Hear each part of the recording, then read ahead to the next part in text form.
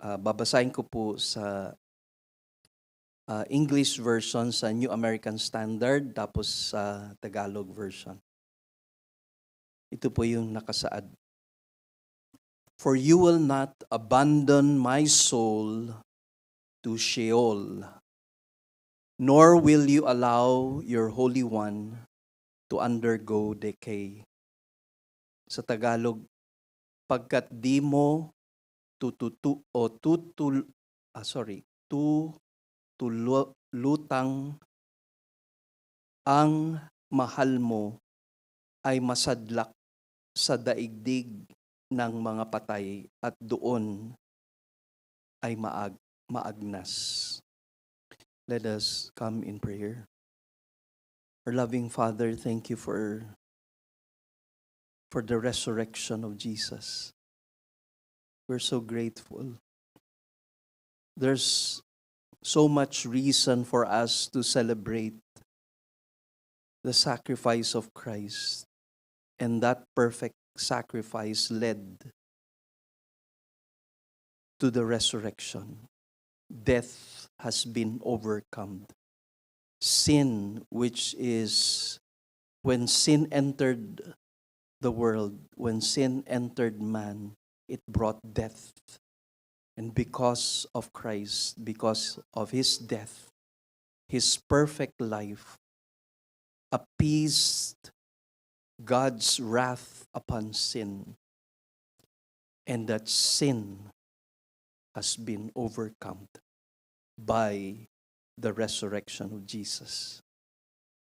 Panginoon, ito po ang essential na katotohanan na hindi dapat naming kaligtaan at patuloy naming maalala, patuloy na sariwain sa aming mga puso ang katotohanan patungkol sa kamatayan ni Jesus para sa kasalanan namin at ang kanyang pagkabuhay dahil ang buhay na ito na kanyang ginanap ay para kami ay mapalaya sa kasalanan at makapiling ang Diyos sa walang hanggan.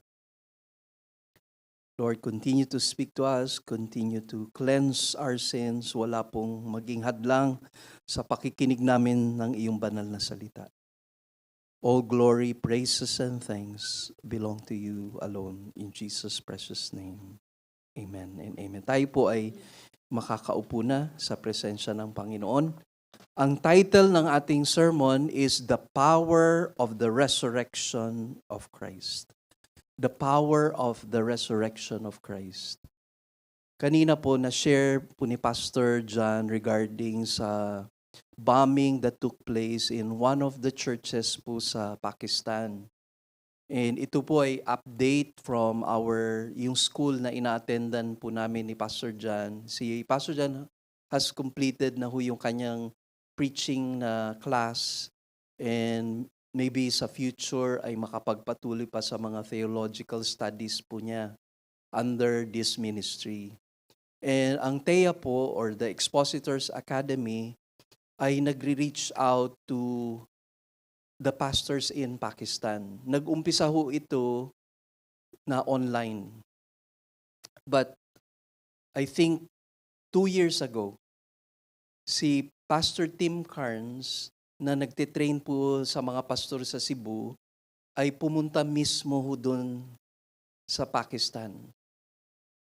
At ang first meeting ho niya, doon sa introduction niya sa Expositors Academy, tinuturo niya ang tamang paraan ng pag-aaral ng Bible, tamang paraan mag-prepare ng sermon, at tamang paraan na maipahayag ito.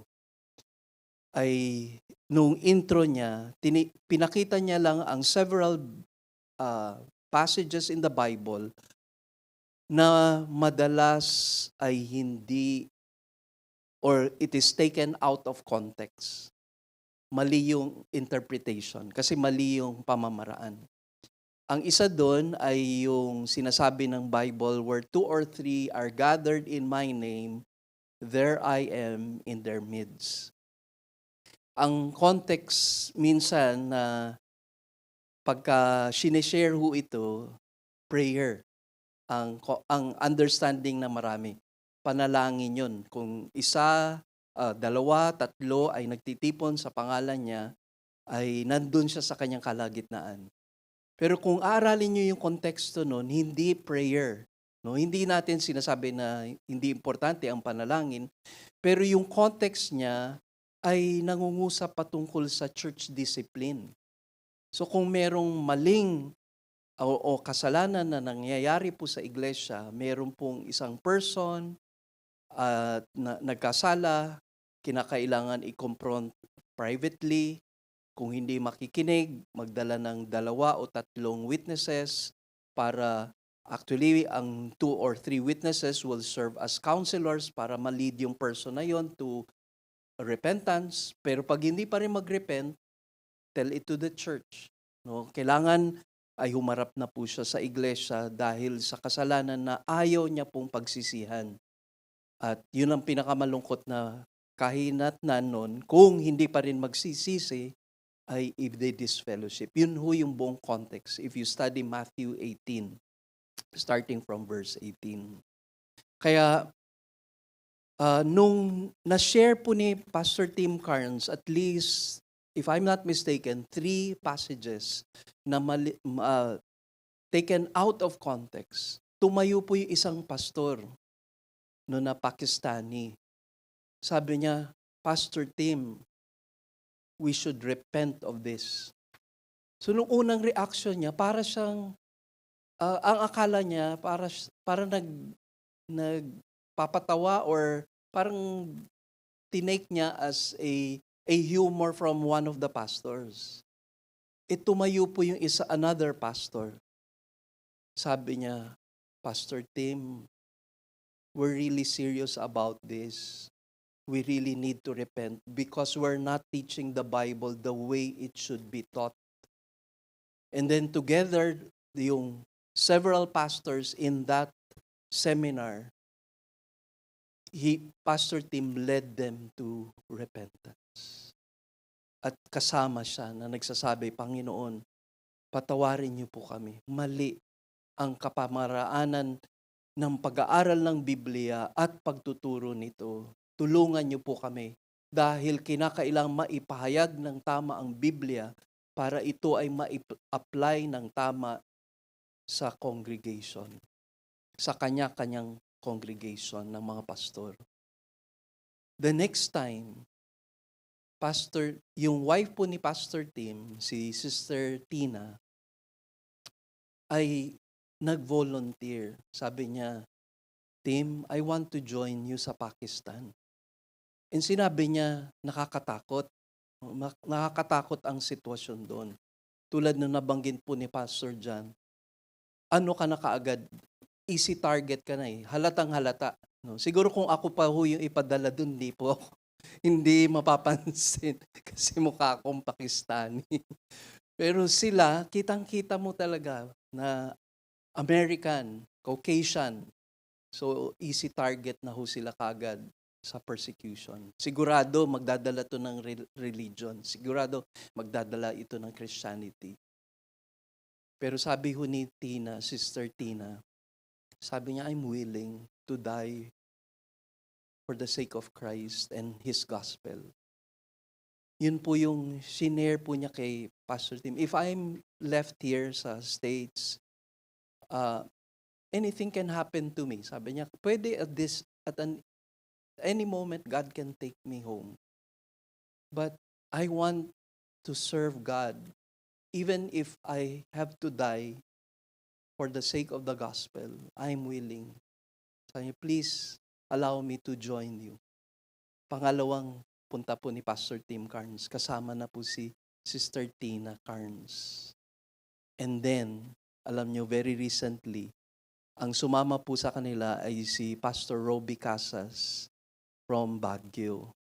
Kasi one of yung pastors who doon na Pakistani ay parang nagkaroon po ng opportunity na makapag-meet sila together ng mga pastors ng CCM. And sa pagpapakinig ko din minsan sa mga preachings ng ating mga pastor ng CCM, nababanggit po yon ng mga announcements tungkol, I think, Pastor Morris, if I'm not mistaken. Pakistani po siya na nagsiserve po sa Pakistan and part of the team ng TEA sa Pakistan. But what's all of this? Ano po ba ang kahalagahan nun? Bakit handa ka na ibigay ang buhay mo para sa Ebanghelyo? Kasi totoo ang Ebanghelyo. Totoo yung ginanap ni Kristo Jesus para sa kasalanan ng sanlibutan, na inialay niya ang kanyang buhay para nung panahon na hindi natin kaya iligtas ang ating mga buhay mula sa sumpa ng kasalanan dahil wala tayong kakayanan iligtas ito.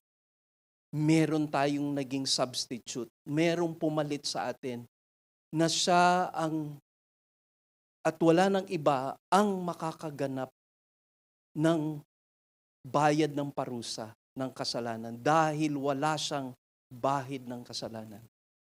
At ang katotohanan patungkol sa kanyang pagkadiyos, ang katotohanan na perpekto ang kanyang buhay at nabayaran niya ang kasalanan ng sanlibutan, ang kasalanan ng tao, ay noong 3 araw na buhay siyang muli.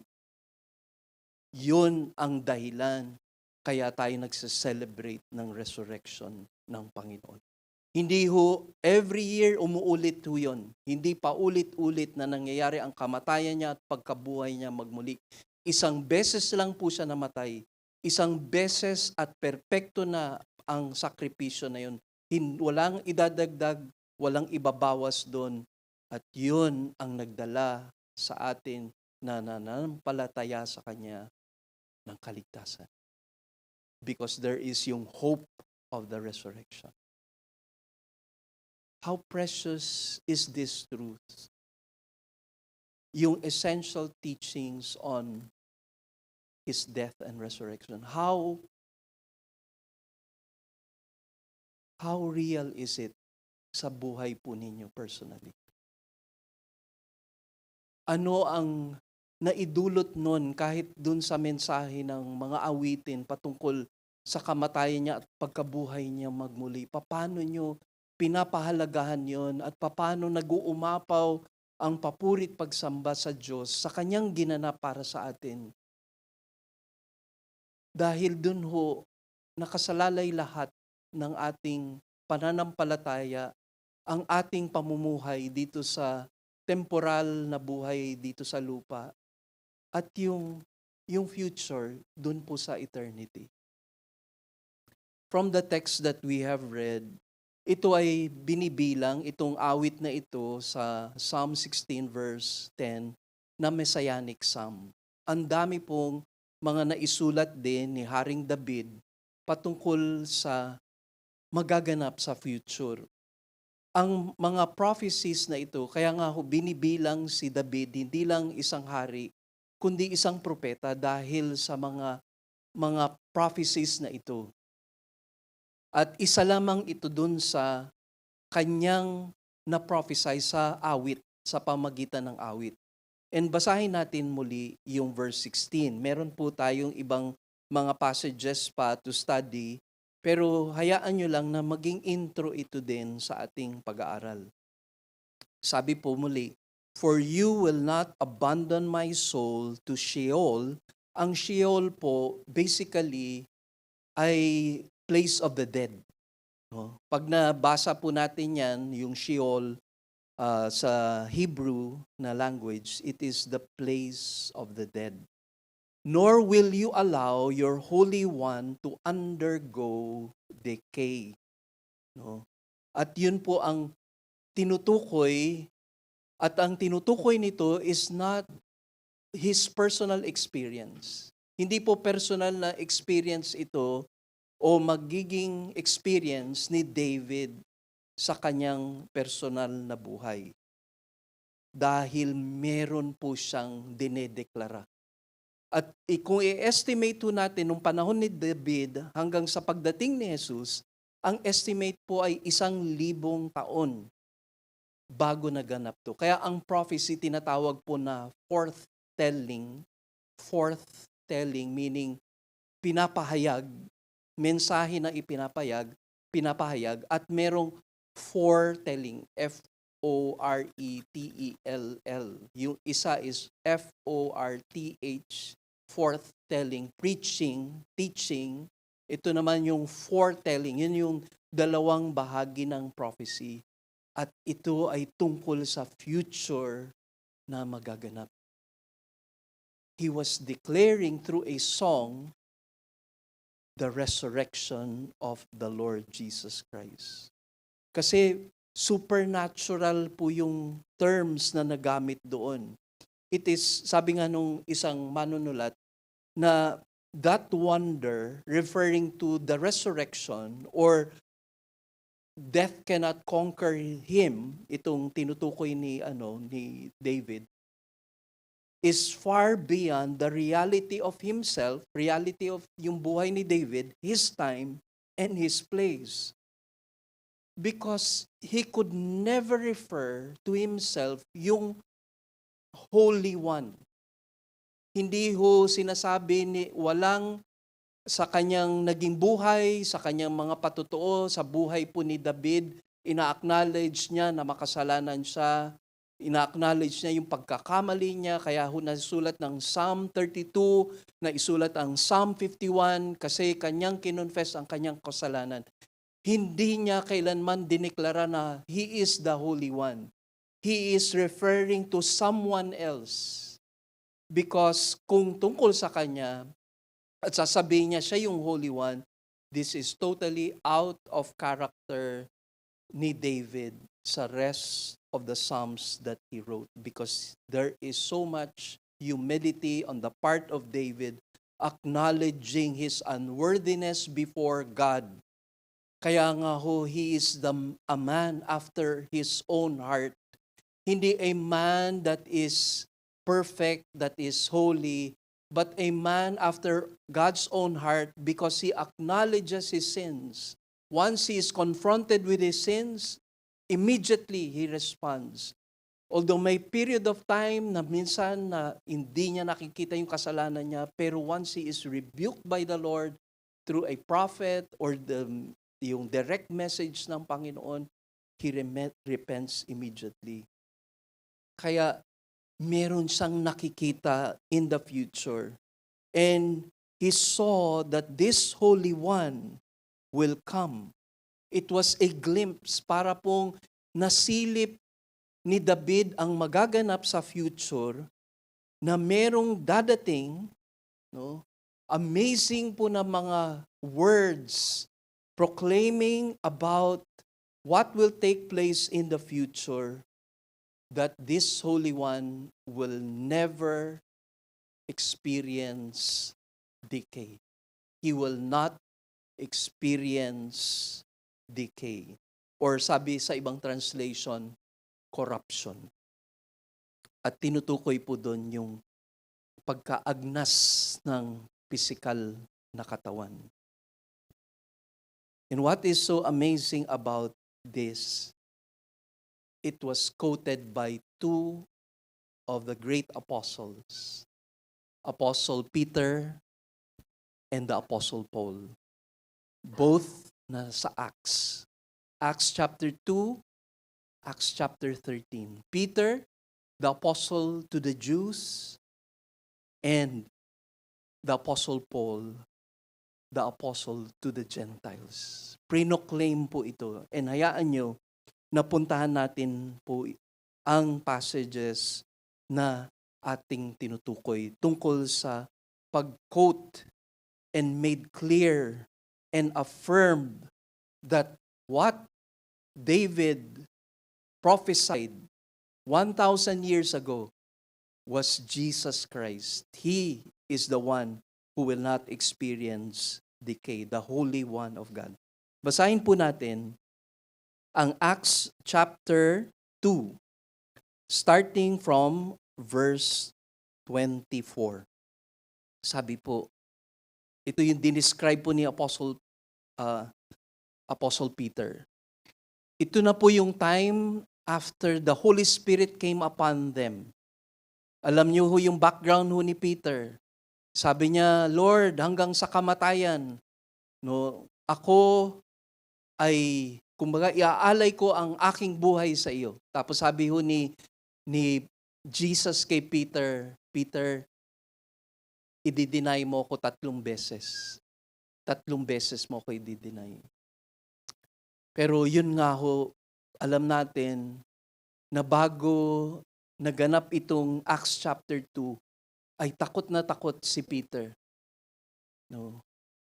Hindi niya kayang ipagtanggol ang Diyos. Dininay niya ang Panginoon. Ipinagkanulo niya ang Panginoon ng 3 beses. Pero when the Holy Spirit came upon them, at the day of Pentecost, Peter, as so promised by the Lord Jesus Christ, and you shall be my witnesses. The power of the Holy Spirit will come upon you, no? And you will be my witnesses in Judea, Samaria, and into the uttermost parts of the world. And he preached one of the Spirit-empowered preaching that was ever preached, and led 3,000 Jews.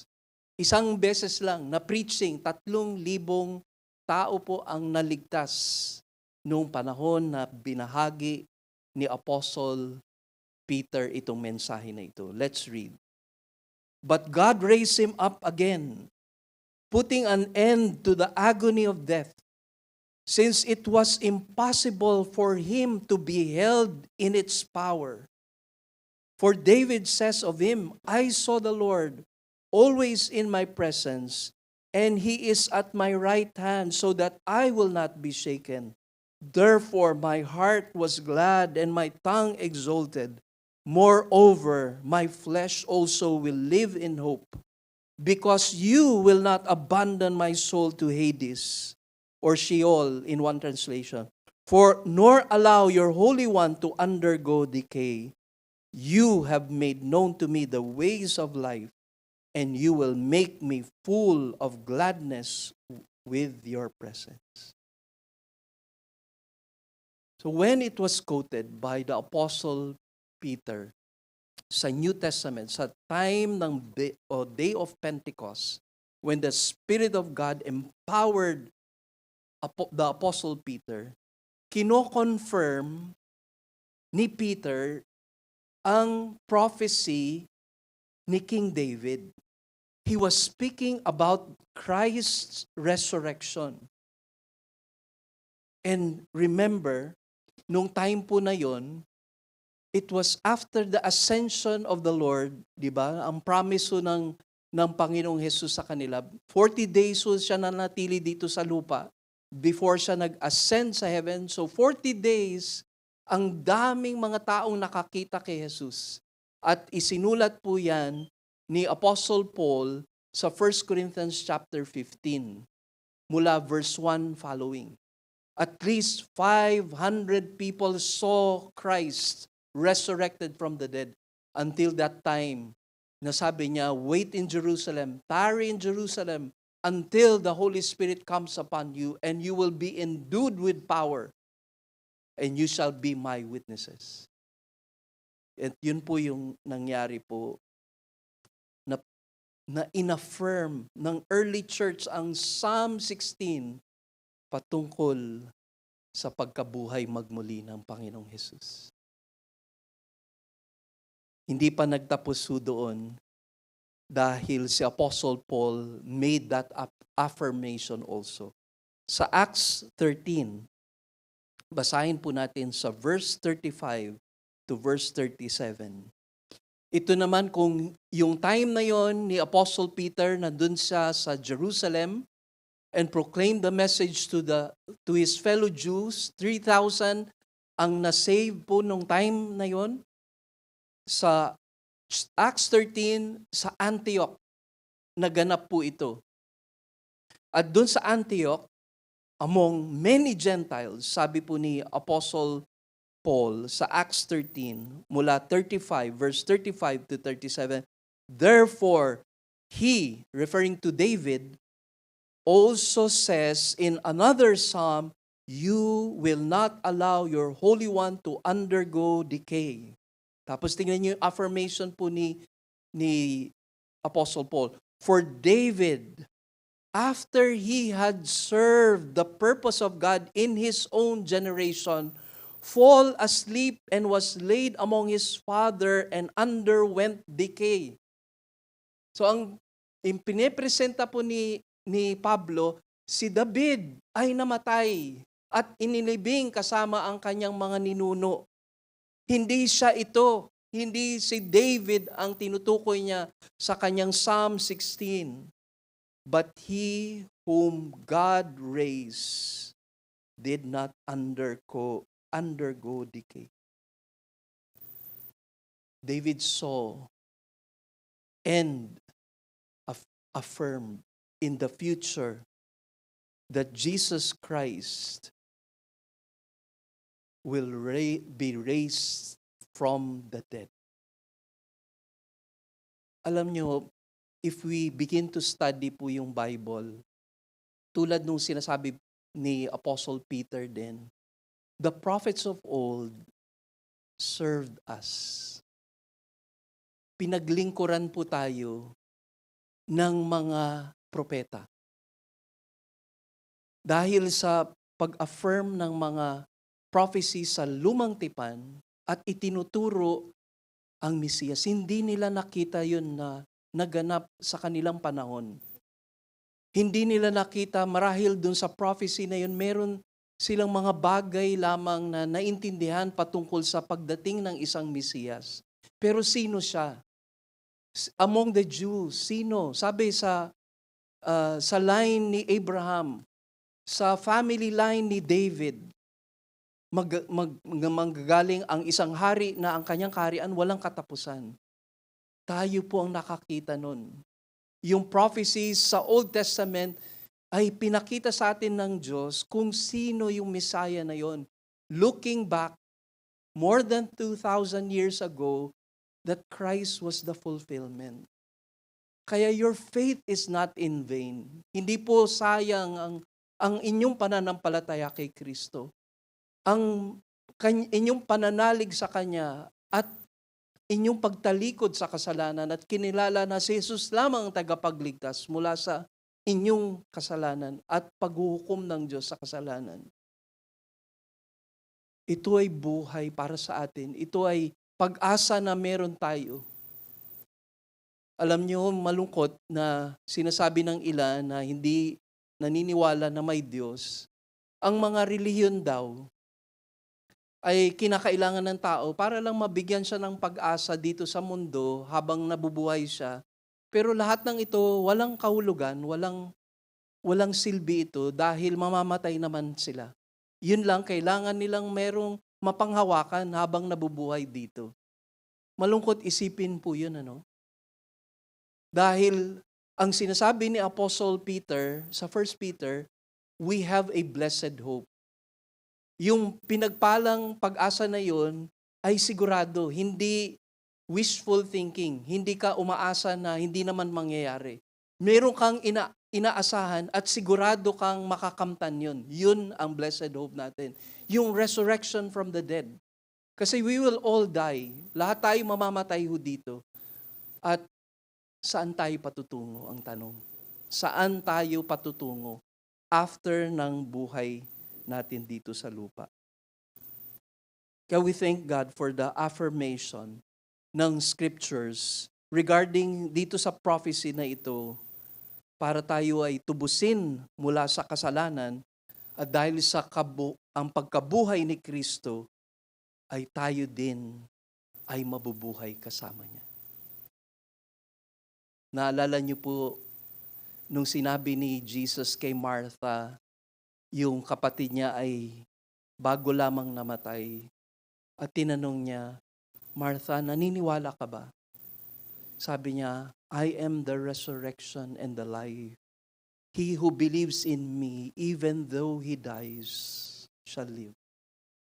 Naniniwala ka ba, Martha? Sabi niya, yes, I believe.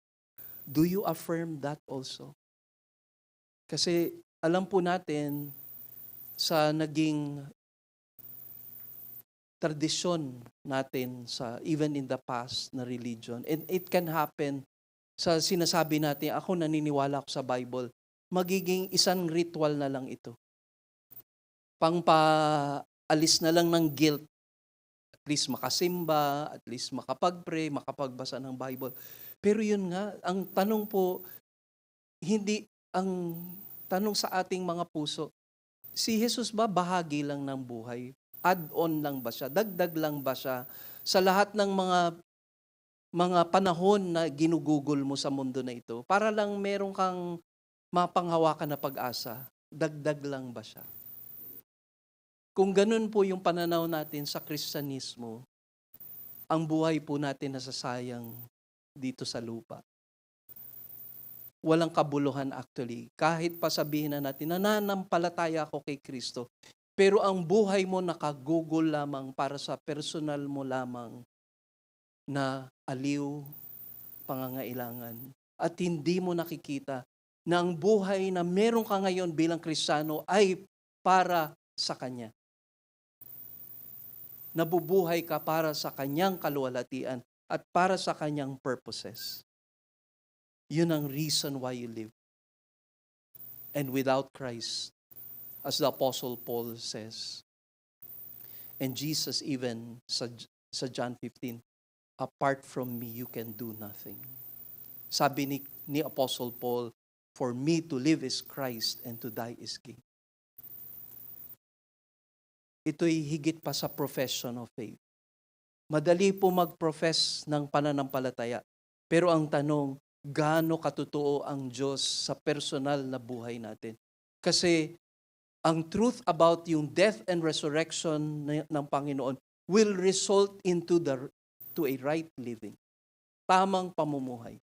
Tamang pagkilala sa Savior. Tamang pagtalikod sa kasalanan at mamuhay sa katwiran. At kung hindi tayo namumuhay sa katwiran at namumuhay sa Panginoon, lahat ng profession of faith natin baliwala ho. Kasi it's so easy for us to profess our faith in the Lord. Madali. Kaya di ba warning po ng Matthew, many will come to me and say, Lord, Lord, have we not prophesied in your name? Have we not healed in your name? Have we not cast yung demons, cast out demons in your name? All of it, lahat nung sinabi ho ng mga person na yon na sinasabi ni Jesus, lahat ay gumawa para sa Panginoon. Kiniklaim nila, gumagawa ako para sa iyo. And sinabi ni Jesus, I never knew you. Hindi ibig sabihin, hindi ko kayo kilala at ang Diyos is all wisdom, all knowledge. Kilala niya, alam niya yung mga tao na kanyang linikha. Pero yung knew you, ibig sabihin, I never had any relationship with you. Diba si David knew, si Adam knew Eve. Ibig sabihin, nagkaroon ng intimacy ang relationship nila. Nung sinabi ng Bible, Adam knew Eve. Na-consummate yung true relationship ng husband and wife. And when Jesus said, I never knew you, you never had, and I never had any relationship with you. And yun po ang pinaka nakakatakot na dadating sa buhay natin. Na inaakala natin ligtas tayo, tapos biglang namatay tayo at sasabihin ng Panginoon, hindi kita kilala. Kaya binabalik-balikan natin ang mga katotohanan na ito sa Biblia dahil yun lamang ang magpapatatag sa ating pananampalataya. Basahin natin ang Mark chapter 15 verses 43 to 45. Ito na po yung account wherein yung kanyang body, yung body ni Christ was taken. And sabi ho dito, Joseph of Arimathea came, a prominent member of the council, who himself was waiting for the kingdom of God, and he gathered up courage and went in before Pilate and asked for the body of Jesus. Pilate wondered if he was dead by this time, and summoning the centurion, he questioned him as to whether he was already dead.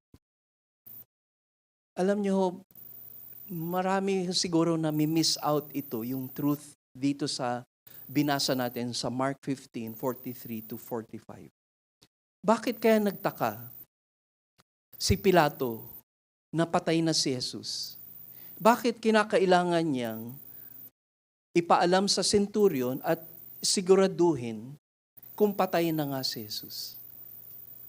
Kasi ang crucifixion ay inimbento para pahirapan. It is a prolonged na paraan sa ito ay paraan ng mga Romano ng isang nahatulan sa kasalanan, sa isang krimen, ay magdusa ng matagal na oras. And it will not even end. Some ay nananatili sa cross for several days. Ilang araw nananatili doon sa krus ang isang ipinako. Kaya nagulat si Pilato nung pinaalam sa kanya na patay na si Kristo, kukunin na ni Joseph of Arimathea ang body ni Jesus. Kaya nga, itong napakagandang katotohanan patungkol sa kamatayan ni Jesus. Ibinigay niya yung buhay niya. Ibig sabihin, hindi lang inialay niya para sa kamatayan natin, kundi siya mismo ang bumitiw doon sa buhay na yon na meron siya. Tingnan niyo po yung sinasabi sa John 10, verses 17 to 18. For this reason, the Father loves me. Hindi pa po siya kinukrucify nito. Because I lay down my life that I may take it again. I will lay down my life to take it up or to take it again. No one has taken it away from me, but I lay it down on my own initiative. I have authority to lay it down and have authority to take it up again. May kapangyarihan siya na ialay yung buhay na yon, kunin yung sariling buhay na yon, at buhayin niya rin ang kanyang sarili. Kumbaga, kung sa Tagalog, kung sa ating communication tungkol, if we communicate this sa Tagalog, para ako ang may kapangyarihan na ibigay ang buhay ko at kitilin ko ang buhay ko, ako rin ang may kapangyarihan na buhayin ito uli. Yun ho ang kahulugan ng sinasabi ni Jesus. Kaya nga, death has no master over Jesus. He laid it down, He gave up His spirit, but He has also the power to raise it up again. Yun po yung truth. And ang isa pang prophecy about yung death ni Christ ay nasa Psalm 34 verse 20. At sinabi doon, He keeps all His bones. Not one of them is broken. Fulfilled prophecy yun. Kasi, nung panahon ng nung time ng mga kinukrucify, pagka nabubuhay pa rin, matagal pang nabubuhay yung naipako, ang gagawin po ng mga Roman soldiers, babasagin ang buto dito sa knees niya, sa kanyang tuhod. Kasi ang paraan na lamang para mabuhay ang isang nakapako ay mag-i-inhale siya at tutulak niya po yung upper body niya sa kanyang mga paa, sa pamagitan ng kanyang paa, para makahinga siya while ang kanyang lungs ay puno na ng tubig at ng dugo. Pero mahaba pa yon na prosesong paghihirap. Kaya kung gusto na nung mga Roman soldiers na mamatay na yung isang nakapako, babasagin ang kanyang buto sa tuhod para hindi na siya makahinga.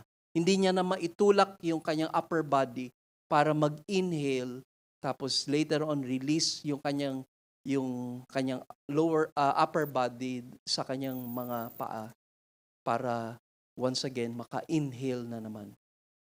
Ganun po yung suffering ni Jesus, what He had to go through para sa mga kasalanan natin.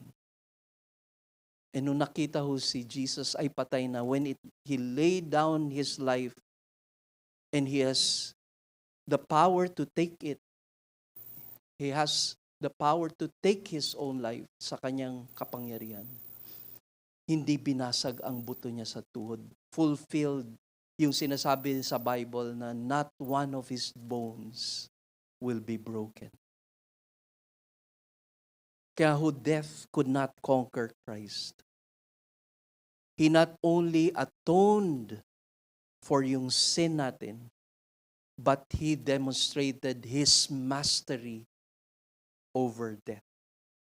Hindi lang niya binayaran yung mga kasalanan natin, pero ipinakita niya na meron siyang kapangyarihan sa kamatayan. Puntahan ho natin ang 1 Corinthians chapter 15.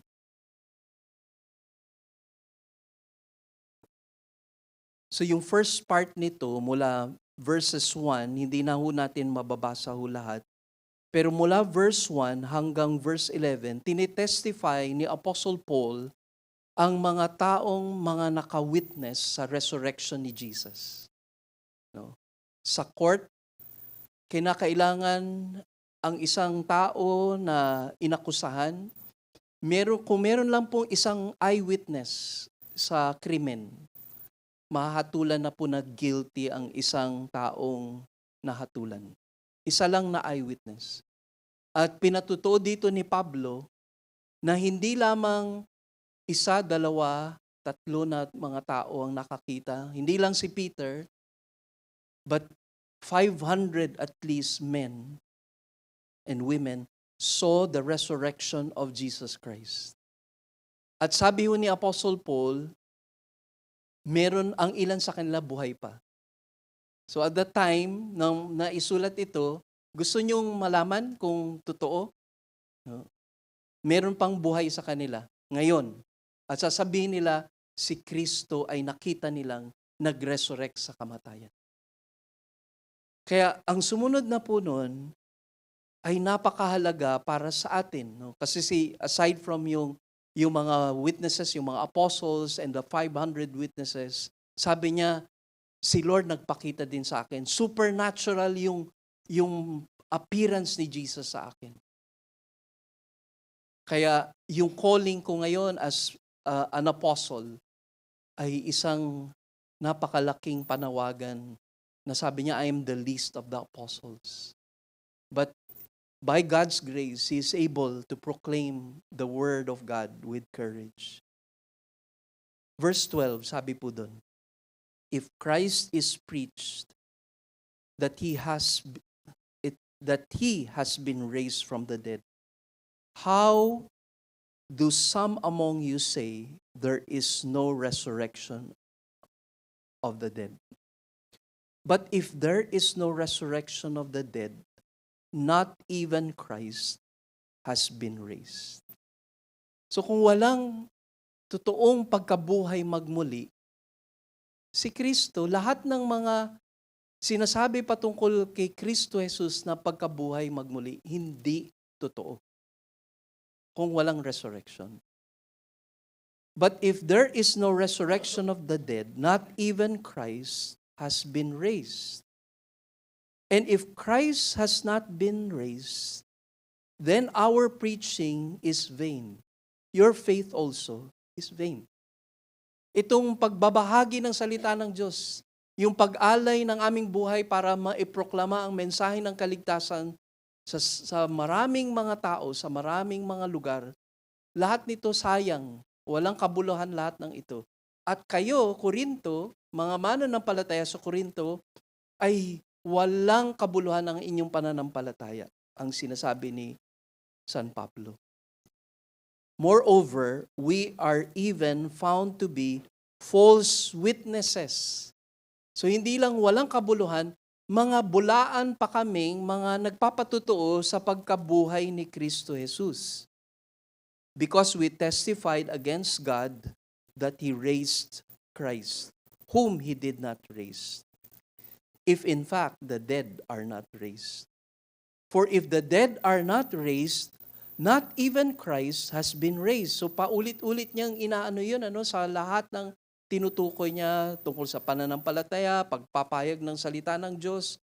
Hindi totoo lahat ng ito ang kanyang pagkabuhay. And if Christ has not been raised, your faith is worthless. Ibinalik uli, ang iyong pananampalataya ay sayang. You are still in your sins. Then those who have fallen asleep in Christ, yung mga namatay na, yung mga mahal nyo sa buhay, mga kaibigan nyo, mga kakilala nyo na namatay na, walang kabuluhan ito dahil patay pa rin sila. Parang yun yung point ni Apostle Paul. If we have hope in Christ, in this life only, we are of all men most to be pitied. Ito yung ginagamit ng Jehovah's Witnesses. Pagka meron pong pumupunta sa tahanan namin, tapos pinipilit itong mag-share, sasabihin ko na wala na tayong pag-uusapan kasi ahantong lang to sa debate. So papatutuo ko si Jesus, ang kanyang kamatayan, ang kanyang pagkabuhay magmuli. Sabi niya, ito yung quote nila, taken out of context. Kung ikaw ay nananampalataya kay Kristo lamang dito sa mundo na ito, ikaw ang pinakakawawa sa lahat ng nilalang. Sabi ko, sorry. Ituloy natin. Since inumpisahan mo na, ituloy na natin. Sabi dito, sa verse 20, but now, Christ has been raised from the dead, the first fruits of those who are asleep. For since by a man came death, but by a man also came the resurrection of the dead. For as in Adam all die, so also in Christ all will be made alive, but each in his own order. Christ the first fruits, after those who are Christ's at his coming. Then comes the end, when he hands over the kingdom to God, to the God of and Father, when he has abolished all rule and all authority and power, for he must reign until he has put his enemies under his feet. Yan ang konklusyon. Ang mga sinasabi mo patungkol sa aking pananampalataya na kung kay Kristo ako umaasa sa buhay na ito, ako ang pinakakawawang nilalang sa balat ng lupa, kung hindi nabuhay si Kristo mula sa kamatayan. At dahil nabuhay si Kristo mula sa kamatayan, ang pananampalataya ko ay merong eternal na kahalagahan. Dahil ang pangako niya, sino man ang mananampalataya sa Kanya, kahit man siya ay mamatay ng pisikal, ay mabubuhay na walang hanggan. At sabi niya, bumili ka na lang nitong kung ayaw mo, pwede, na lang, donation. Ayoko. Hindi ako naniniwala dyan. Itatapon ko lang yan. Sabi ko. Kasi walang saysay lahat. At alam niyo po ba, ang kanilang paniniwala ay 14,000 lamang ang makakarating sa langit sa kanila. Kaya sila nag-evangelize, kaya sila gumagawang mabuti. Kasi lahat ng mga Jehovah's Witnesses, 14,000 lamang ang makakarating sa kaharian ng Diyos. The rest, mamamatay na parang bula. Sabi ko, yan ang walang saysay. Yan ang kaawa-awang pananampalataya kung wala kang pag-asa. May pag-asa ako. May pag-asa kami na nananalig kay Kristo Jesus. Kaya, yun po yung faith po natin. Sabi sa Romans 1:4, who has declared the Son of God with power by the resurrection from the dead, according to the Spirit of holiness, Jesus Christ our Lord. So from yung sabi ni Apostle Paul, yung pagkabuhay niya magmuli ay patotoo na siya ay Diyos. Hindi lang siya tao tulad ng ilang naniniwala na tao lamang si Kristo, sugo lamang si Kristo. Sabi yun ng Biblia, ang kanyang pagkabuhay magmuli ay patotoo na siya ay anak ng Diyos. Yung early church, sa kanilang mga preaching ay nakafocus sa death ni Jesus at sa resurrection niya. At ilan dito ay na-i-record para sa atin. 1 Corinthians chapter 1 verse 23. Ito ang ilan na in-emphasize yung kanyang kamatayan para sa ating kasalanan. Sabi ho doon, but we preach Christ crucified, to Jews a stumbling block, and to the Gentiles foolishness. Stumbling block kasi hindi nga sila naniniwala na si Kristo Jesus ay ang Mesiyas.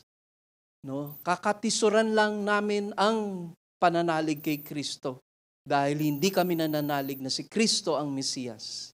Sa mga Greeks, mga Gentiles, ito ay kamangmangan kasi just to think of it, kung human reasoning lamang, kriminal o inakusahan ng krimen, ipinako, yun ang Mesiyas, yun ang pananampalatayanan ko, yung tao na ipinako.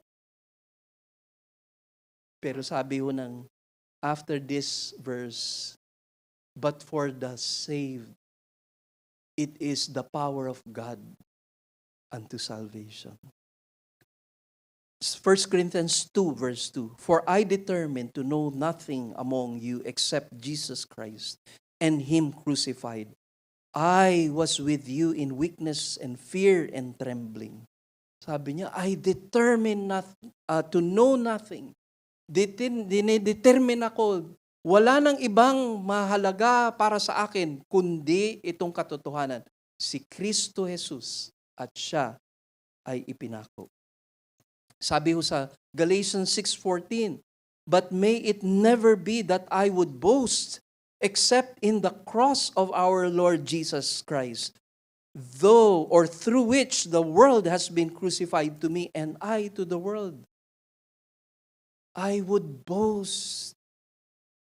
Sabi niya, may it never be that I would boast except in the cross of our Lord. Saan po yung boasting natin? Di ba often we hear ang boasting of mga people about yung identity nila nakadikit sa mga accomplishments nila. Parati yun. Ang pagmamalaki natin ay, ito ako, ito yung naabot ko, ito yung kakayanan ko, ito yung pera ko, ito yung na-invest ko. Parating nakakabit sa lahat ng nagawa natin ang ating identity. Kay Pablo, sinasabi niya, wala akong ibang pagmamalaki kundi ang Panginoon. At siya na nag-alay ng kanyang buhay para sa akin. Yun ang pagmamalaki ko. Yun din po ba ang ipinagmamalaki natin sa ating buhay? Hindi yung kung ano ang nagawa natin, kung ano yung accomplishments natin, achievements natin. Sinasabi natin, may it never be na I would boast on myself except Jesus Christ and Him crucified.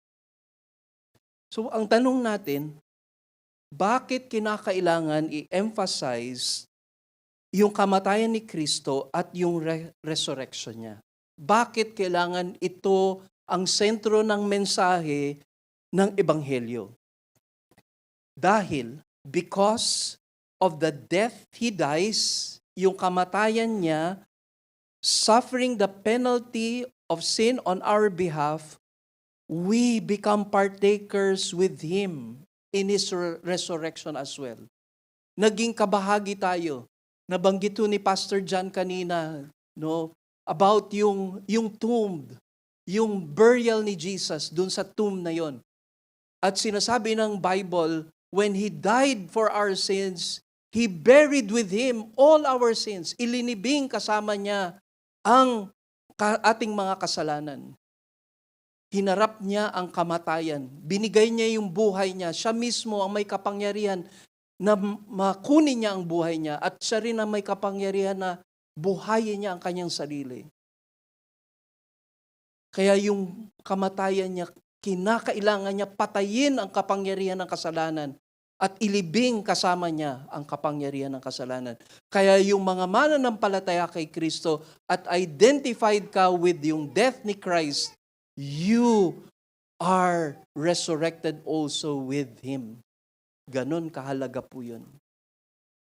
Kaya kung naalala niyo kanina sa worship, yung kanyang ating kasalanan na-locked doon sa death niya, na ilibing. And sabi ng isang author, never to be raised up again.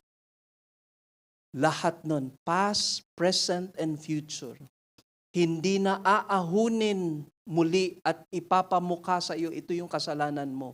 Ilinibing na yon, mga kapatid. Hindi ng Diyos inaahon ang mga kasalanan na yon at ipapamukha sa atin lahat ng mga kasalanan natin. And yung resurrection niya is yung identification natin with Him.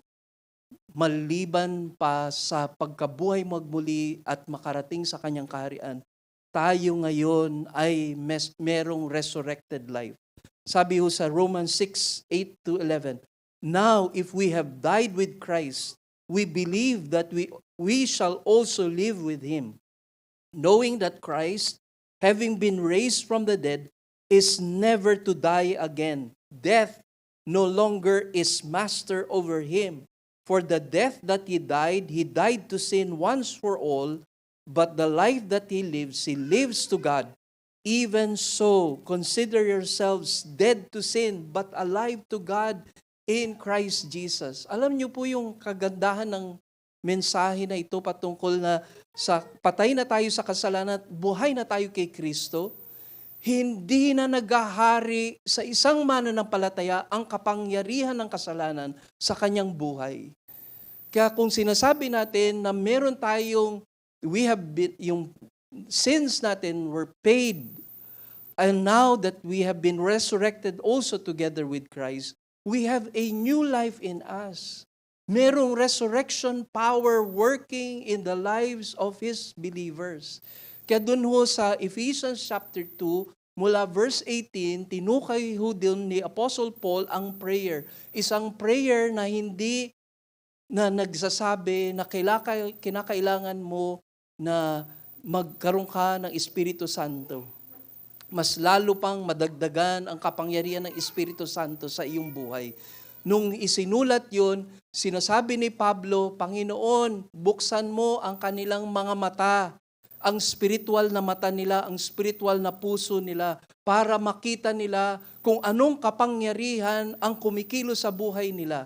Ang kapangyarihan na bumuhay kay Kristo mula sa kamatayan is the same power working in the lives of the believers. Na-identify tayo. Hindi tayo perfect. Ang perfection, ma-attain natin dun sa time that God will take us home. But it will identify you as a follower, not just a follower of Christ, but you are now dead to sin and alive in Christ because of the life you live.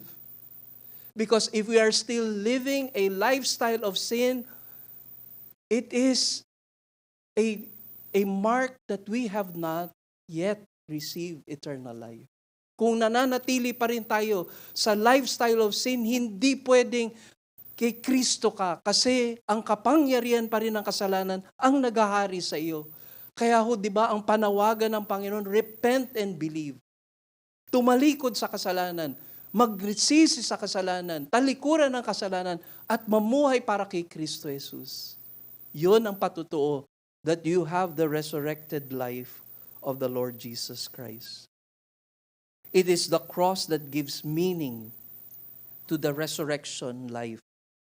For if, sabi ho sa Romans 6:5, for if we have become united with Him in the likeness of His death, certainly we shall also be in the likeness of His resurrection. So ina-identify yung death niya, yung death sa sin. Adam, because of the sin of Adam, sin entered into the world. We have inherited the sinful nature. But the second Adam brought life to us. Nagbigay po ng buhay. Kaya yung proof of yung resurrection ng Panginoong Jesus, no, ay hindi lamang ito nakita, hindi vision, hindi hallucination, hindi parang multo na nakita, at madalas yun pa rin ho, marami pa rin ho nagpo-profess na Christian, pero naniniwala sa mga multo. Mga demonyo po yun, nakikita nyo. Naamoy ko yung asawa ko. No? Hinawakan yung paa ko. Hindi na po, once man is appointed to die once and then judgment, hindi na po babalik sa mga patay ang mga patay.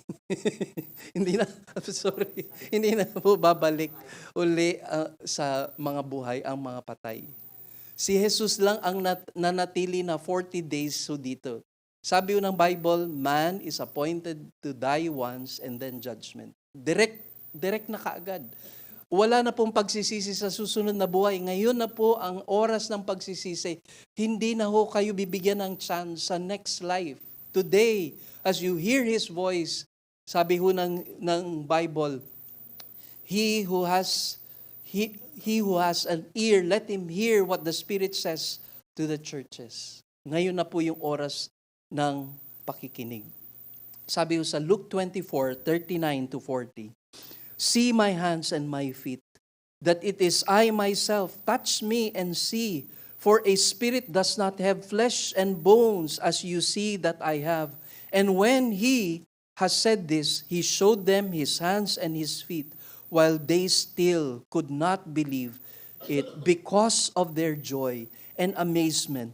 He said to them, have you anything here to eat? Nadagdagan po yung weight namin sa family camp. Kahit naubos po yung daladalang baon, kami na po yung bumigat. So mabigat pa rin yung sasakyan. So yung joy natin bilang pagka na-resurrect yung bodies natin, kakain din tayo tulad ng Panginoon. They gave Him a piece of broiled fish and He took it and ate it before them. So how did the Lord's resurrected body differ from His earthly body?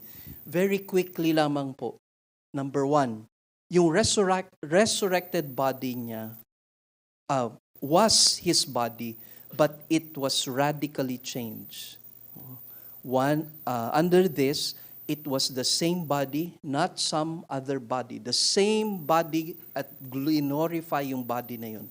John 20:20 and 27.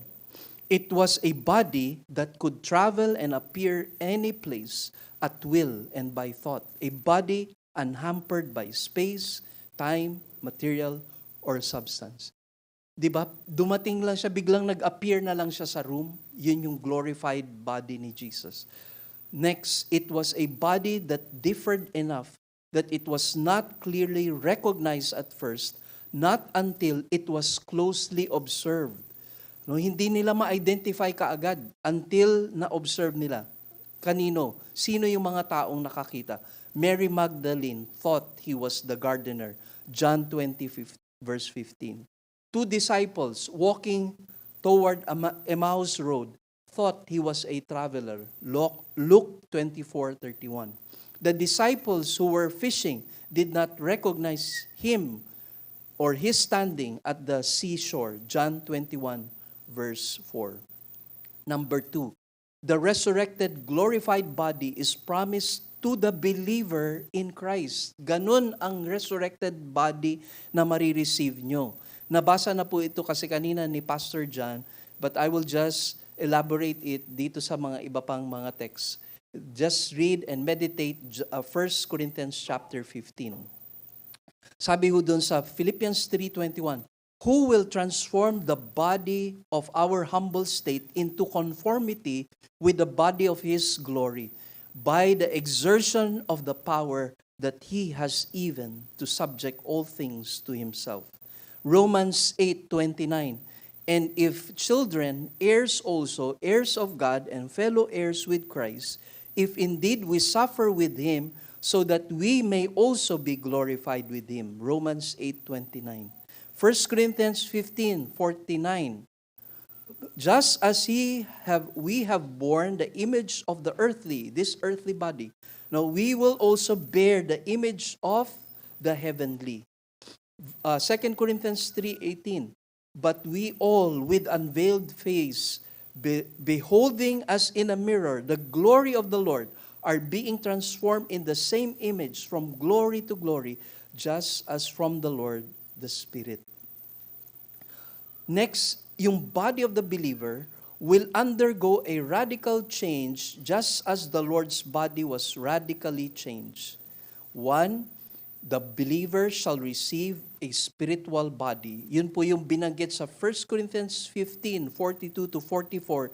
You can read it yourself. Pero sinasabi po doon, yung perishable body or yung corruptible body that we have will be transformed into an imperishable body. Hindi na mabubulok, hindi na kailanman mamamatay itong body na ito.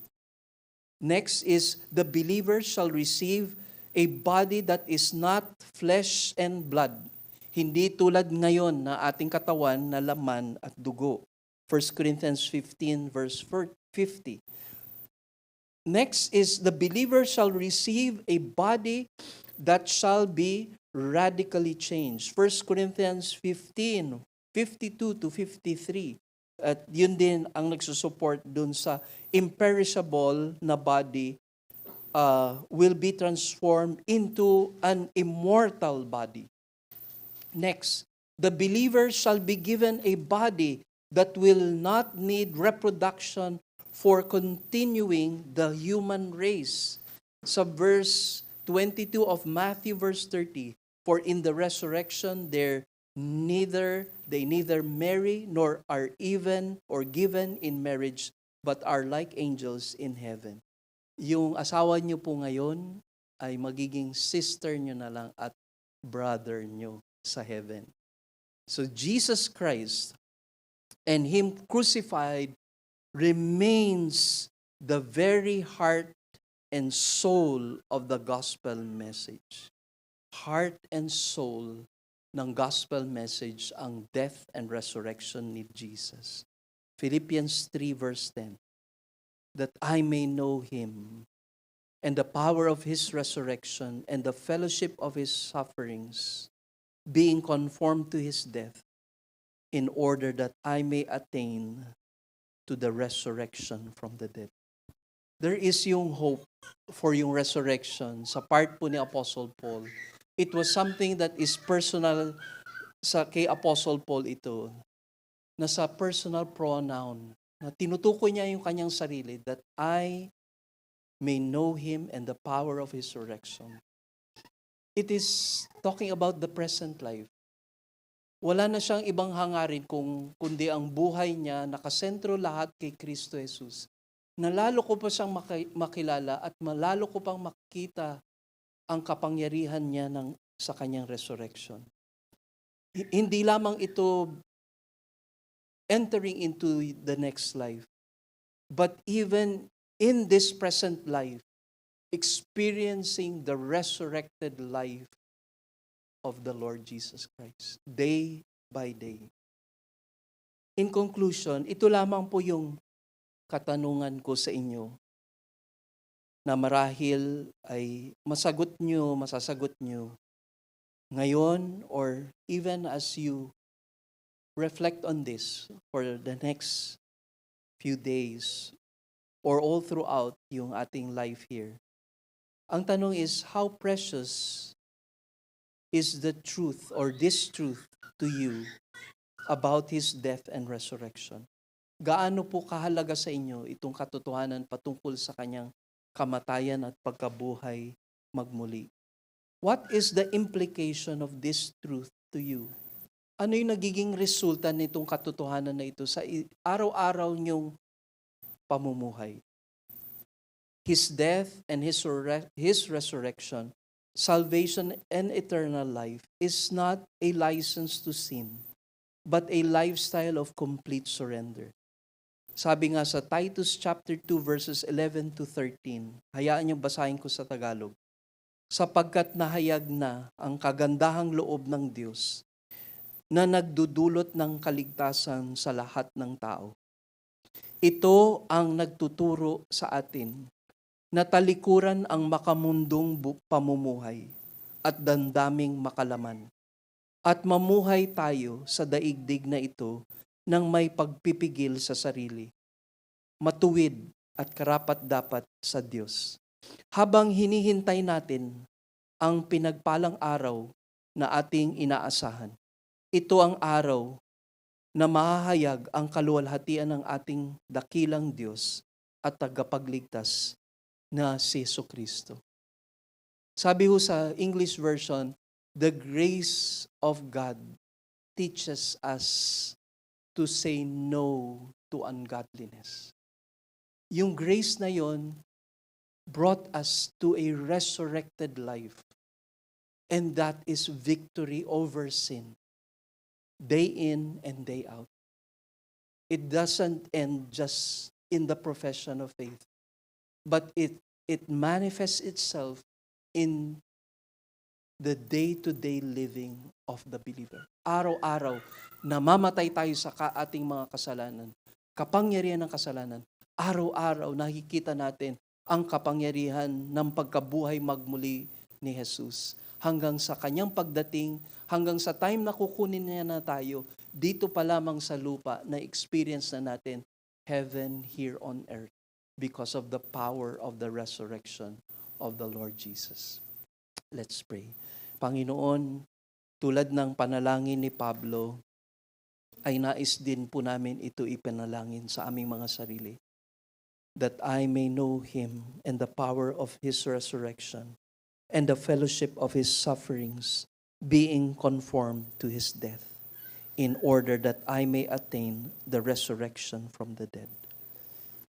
When we profess that we are now dead to sin and alive in Christ, then it should manifest in our day-to-day life. In our day-to-day life, in our day-to-day living. Tawarin niyo po kami, Panginoon. Parati lang namin nakakaligtaan ito. Kaya nga kailangan namin araw-araw, hindi lamang every Holy Week sineselebrate yung o inaalala ang ginawa ni Jesus. Araw-araw, ito ang laman ng aming puso, isipan, buong kaluluwa, lakas, ay ang Panginoon. Tulungan niyo po kami dahil nakikita namin ang mga sarili namin na nabubuhay pa rin kami para sa aming sarili. Hindi na kami ang nakaupo sa trono. Si Kristo Jesus na. Siya na ang hari. Siya na ang master. Siya na ang mag-guide sa amin. Through the power of the Holy Spirit. Help us, Lord, until you come. Malapit ka nang dumating, ihanda niyo po kami na ang buhay namin dito sa lupa ay mapatutuo namin dahil marami pa kaming mahal sa buhay na wala pa kay Kristo.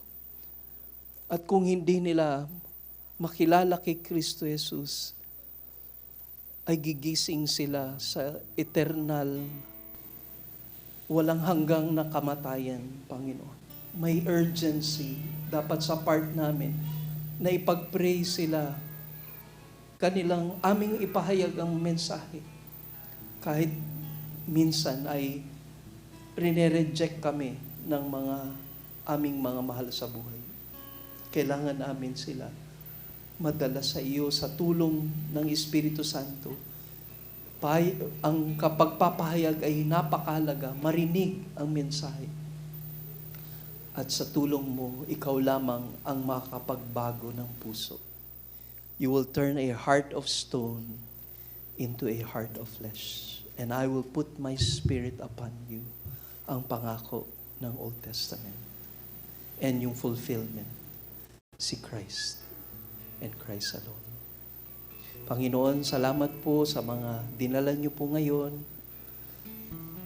Marami pong salamat na kinakaugnay niyo po ang aming mga buhay at pinapatatag mo ang aming pananalig at pananampalataya sa iyo.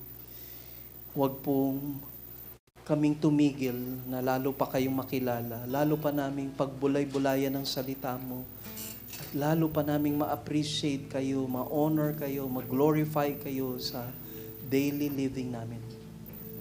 Salamat sa bawat individual at mga pamilya na nagre-represent ngayon sa pagtitipon na ito. Bawat negosyo, bawat trabaho, bawat school na nire-represent ngayon. Kayo po ang mag-minister sa kanila. May purpose kayo sa buhay nila. Sila ay naririto para magsilbing ilaw at asin ng mundo na puno ng kadiliman. Hindi na ma-identify kung ano ang tama at mali. At kinakailangan malaman nilang katotohanan ng salita ng Diyos. Lord, thank you also for yung blessing na pinagkakalob nyo sa iyong gawain na kami nakakapagpatuloy pa rin dito sa lugar na ito dahil sa mga taong ginagamit nyo para matustusan ang mga gastusin. At higit sa lahat, na magamit ito para sa pagpapalaganap ng Ebanghelyo. Na dito sa lugar na ito ng pagtitipon namin, magdadala ka pa ng mga kaluluwa na wala pa kay Kristo Jesus. Makilala nila ang Panginoon sa kanilang personal na buhay. At ang prayer namin na maabot namin ang aming mga kapitbahay sa komunidad na ito. Kahit dito sa building, Lord, ang dami pong mga taong pumupunta dito na madala namin sila, mabahagian namin sila ng mabuting balita. Habang kami nag-aantay sa pagdating mo, ay magpapatuloy kami sa iyong panawagan at malaking panawagan na maglingkod sa iyo. Sa lahat ng ito, papuri at pagsamba ay sa ilamang sa tanging pangalan ng aming tagapagligtas, napakagandang Panginoon Diyos na si Jesus. Amen at amen. Tayo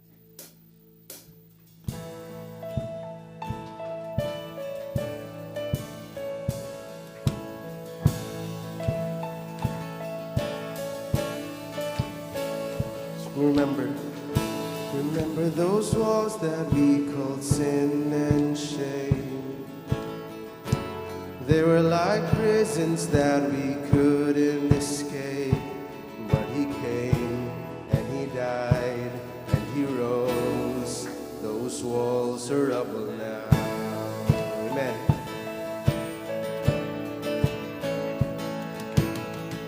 Remember those giants we called death and grave. They were like mountains that stood in our way. But he came and he died and he rose. Those giants are dead now. Thank you, Lord. Sing, this is our God.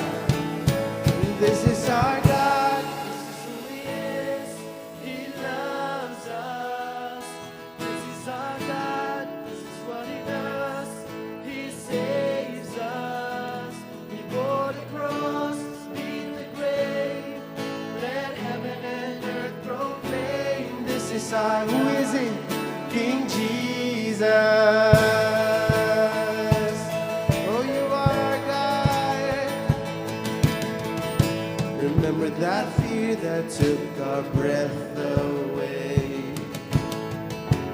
Faith so weak that we could barely. But he heard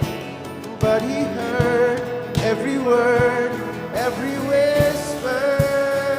Thank you, Jesus. Now those altars in the wilderness, they tell the story of his faithfulness. That never once did he fail, and he never will.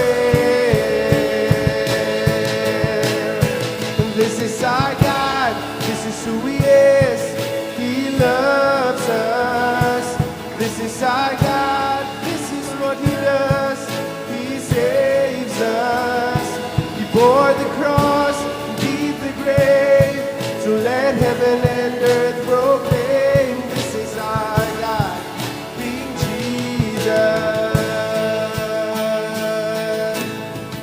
Who pulled me out of that pit? He did, He did. Who paid for all of our sins? Nobody but Jesus. Who pulled me out of the pit? He did, He did. Who paid for all of our sins? Nobody but Jesus. Who rescued me from that grave? Yahweh, Yahweh. Who gets the glory and praise? Nobody but Jesus. Who rescued me from that grave? Yahweh, Yahweh. Who gets the glory and praise? Nobody but Him. This is our God. This is who He is. He loves us. This is our God. This is what He does. He saves us. He bore the cross, beat the grave, let heaven and earth proclaim, this is our God, King Jesus. Oh, He bore the cross. He bore the cross, beat the grave, let heaven and earth proclaim, this is our God, King Jesus. Yes, Lord. Oh, this is our God, King Jesus. Yes, Lord, you are our God, our King, our Savior, our God who is alive. Thank you, Lord. Thank you, God. All glory goes to you. In Jesus' name, amen and amen.